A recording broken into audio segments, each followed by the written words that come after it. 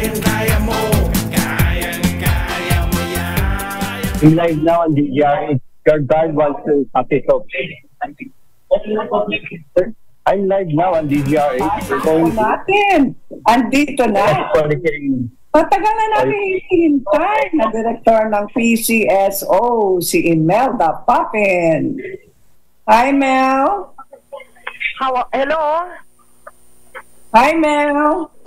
Good afternoon. Pasensya na, hindi pumapasok ang Zoom. Kaya at least by landline. Magandang hapon po sa inyong lahat. Sa lahat mo nakikinig ngayon dito po sa Kaya Mo. Kaya mo yan. Kaya ko rin to. Bago matapos yung program, sa aking kaibigan, Cory Quirino, ang pinakamagandang babae sa balat ng lupa. Ikaw rin. Salamat naman, kaibigan. Imelda, congratulations. Palakpakan po natin siya.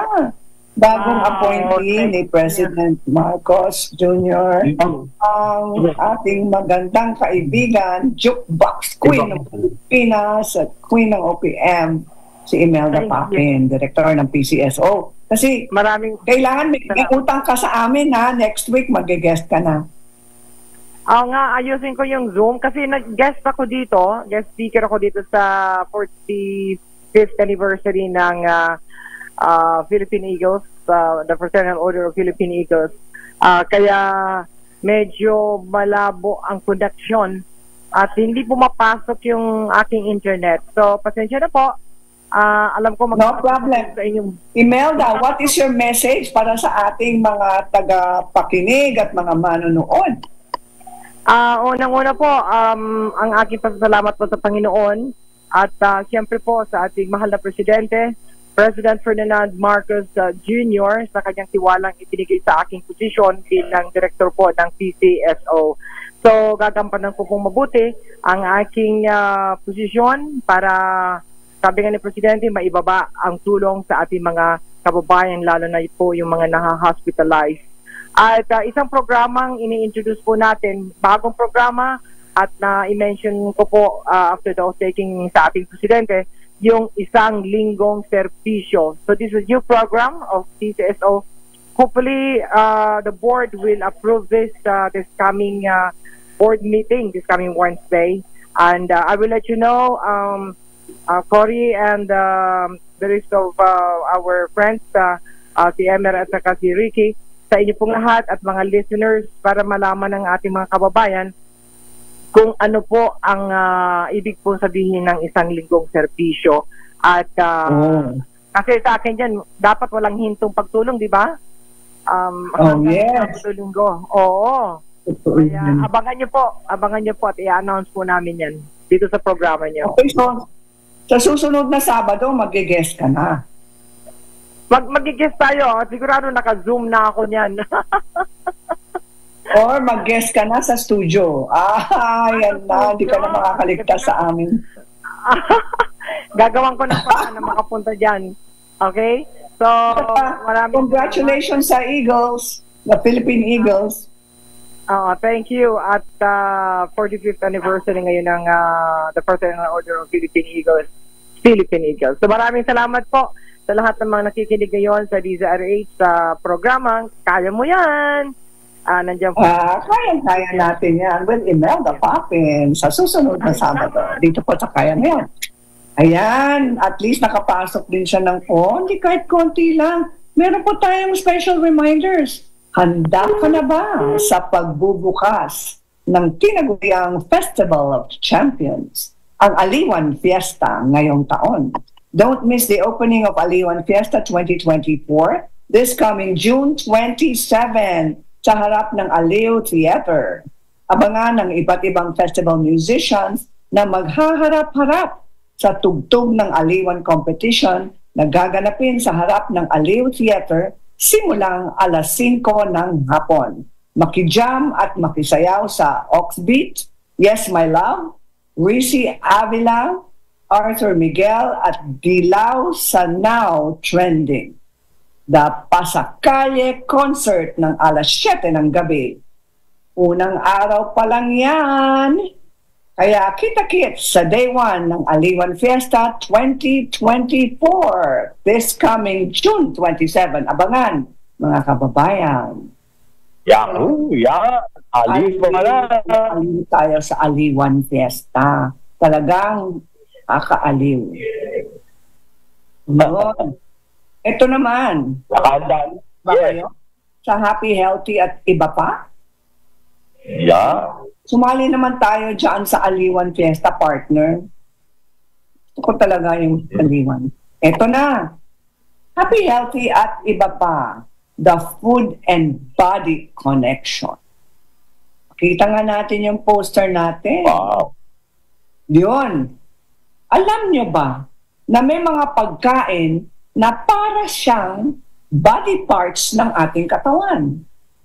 Alam mo ba yan, partner? Yung sweet potato. Yung sweet potato. Yeah. Ayan, yung kamote. Ay hugis ng ating pancreas. At yung pancreas po natin ang gumagawa ng insulin para makontrol ang blood sugar. So, ano yung mensahe galing sa nature? Galing sa Panginoon. Yung sweet potato ay nakakatulong sa blood sugar regulation. So, ibig sabihin, meron na tayong mga signs at mga clues. Ito naman yung olives. Yung olives parang hugis ng ovaries ng isang babae.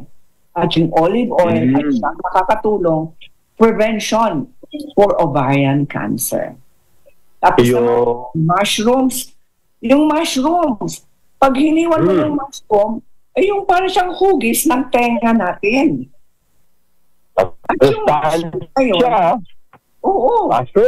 mushrooms na yun ay nakakatulong sa pagpapalakas ng buto ng katawan at buto ng maliliit na buto sa loob ng tenga natin. Yeah. Ito naman, yung kidney beans. Alam mo ba kung bakit ang tawag doon ay kidney beans? Kasi hugis niya kidneys. At ang kanyang benepisyo ay sa pagpapalakas ng ating kidneys. Ito pa. Next poster, please. Para sa mga nanonood. Yung grapes ay siyang makakatulong sa ating baga for our lungs. So grapes is for lungs. And then, bakit? Kasi siya ay para siyang ang tinatawag nilang alveoli ng ating lungs. So for lung power, kumain ng grapes. Grapefruit, pecho ng babae. Grapefruit for breast health.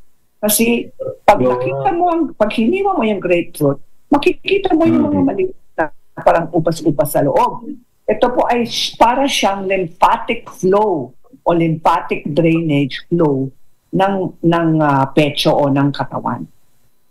Kaya sabi nila ang grapefruit ay siyang nakakatulong din dahil mataas siya sa limonoid. Ang limonoid ay tulong sa breast health, laban sa breast cancer. Ito naman yung walnut, hugis ng ating utak. At yung walnut ay mataas sa omega-3 oils. Oh yeah. That's good for brain health. Tapos, finally, ito na.